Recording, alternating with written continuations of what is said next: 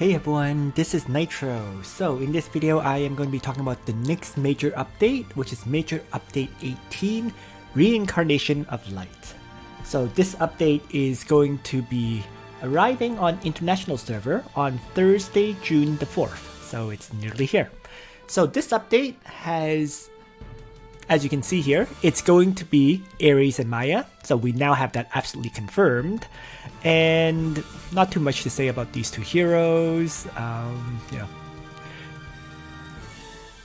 Ares being who he is and Maya being who she is.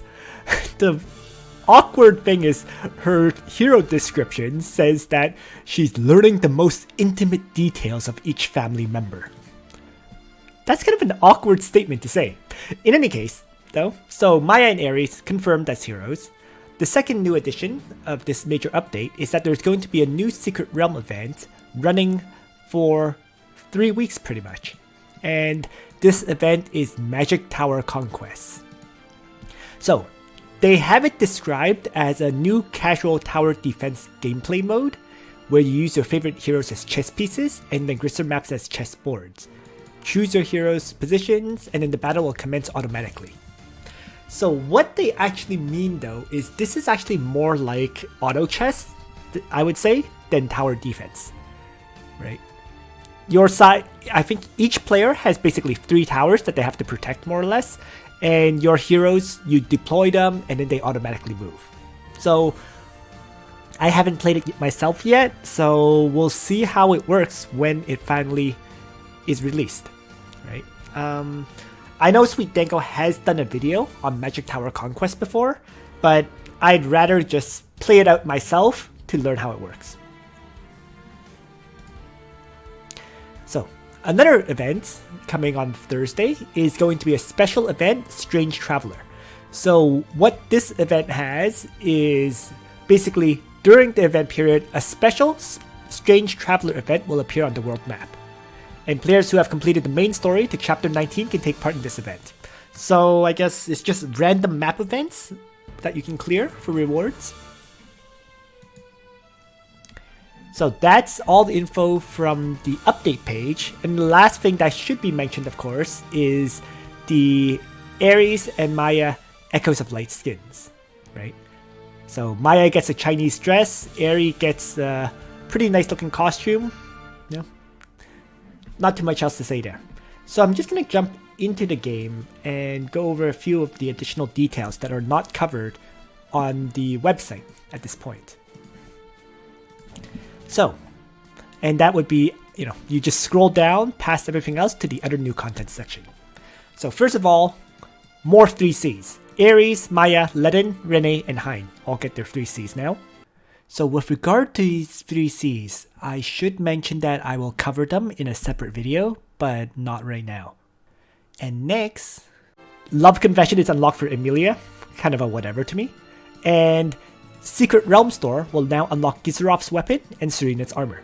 So for information about the exclusives, of course, you can always refer to the Langrisser page. And the Gizarov weapon is the Scepter of Destruction, where the main purpose of it is that after Gizarov casts a skill, if the construct is present on the battlefield, 1 renovation is randomly added to the construct.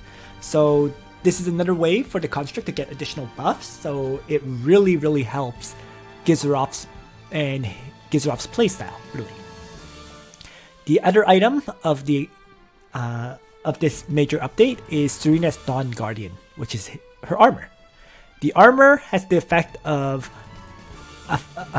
where allies within 3 blocks of her with less than 80% health are considered to have no soldiers.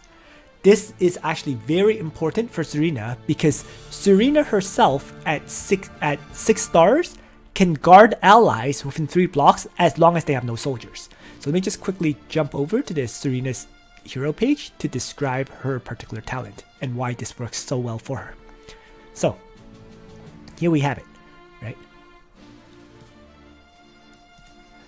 When unit's life is at 60% or more, all damage reduced by 30%, okay?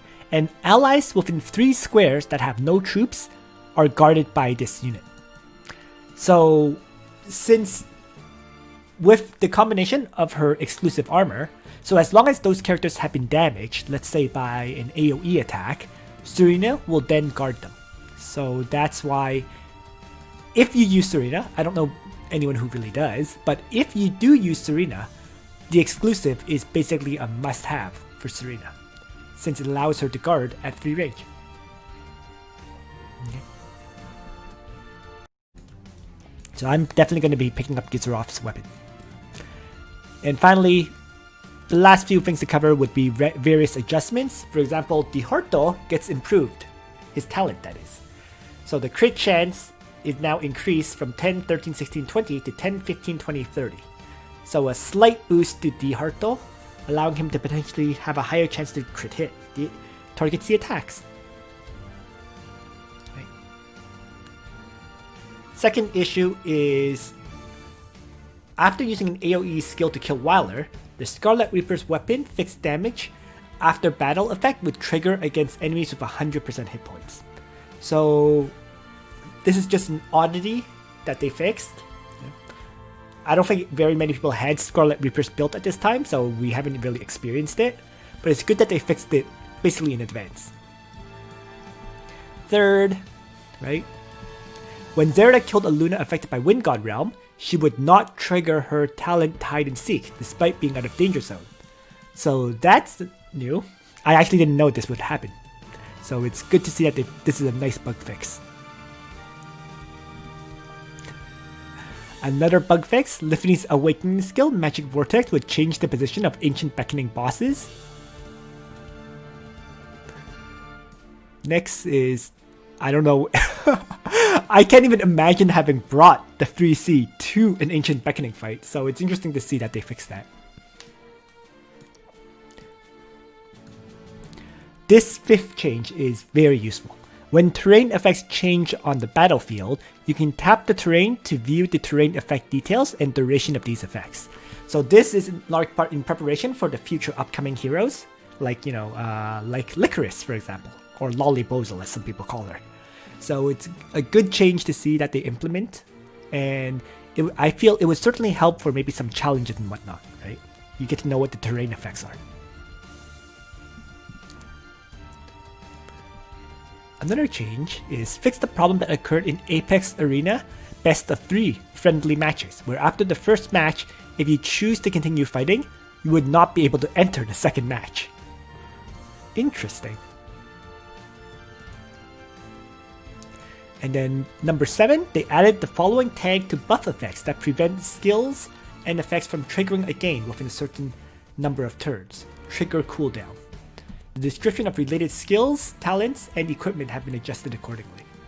So we'll see exactly what this means, but I think it's just whenever things are on cooldown, like talents and so on, you now have a buff that shows that it's down. So always nice to get more of these informative buff effects, right? So it's a good change.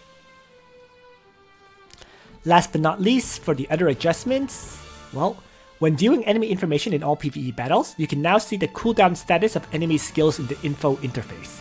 This is huge, right? You no longer have to memorize when skills are on cooldown and so on. So it's a very, very good change, especially for challenge battles, for example. You can know exactly what skills the enemy used instead of having to memorize it all. Whether it's whether it's Ancient Beckoning, Eternal Temple, everything. This is a very, very positive change. Last but not least, there are new feats added for completing the level 70 Eternal Temple and SS difficulty timeless trials. So people like me will get free rewards, which is always positive. Overall, this update has a lot of adjustments. I would say almost all of these are for the positive, and I'm very excited to see really just Magic Tower Conquest, how exactly it works. I want to get, as I said, I'll do videos about it once it's been released, but not right now because I'd rather get first-hand experience with it rather than try to do videos based on what other people have done. So there we have it. Thanks for watching, everyone. I hope you find this video useful to you, and Nitro out.